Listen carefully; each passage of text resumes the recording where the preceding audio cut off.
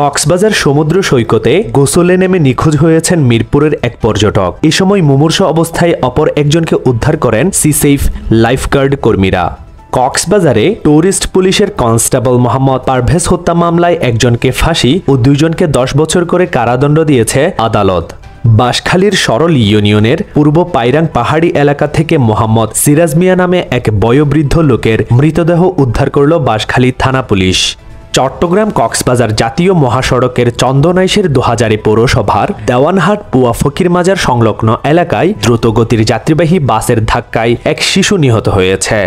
বন্যার্তদের সহায়তা করতে যাওয়ার সময় মিরসরাইয়ে সড়ক দুর্ঘটনায় গুরুতর আহত হন চট্টগ্রাম বিশ্ববিদ্যালয়ের পরিসংখ্যান বিভাগের শিক্ষার্থী ফাহিম আহমদ পলাশ। 8 দিন হাসপাতালে থাকার পর চিকিৎসাধীন অবস্থায় মৃত্যুবরণ করেছেন চবির এই শিক্ষার্থী।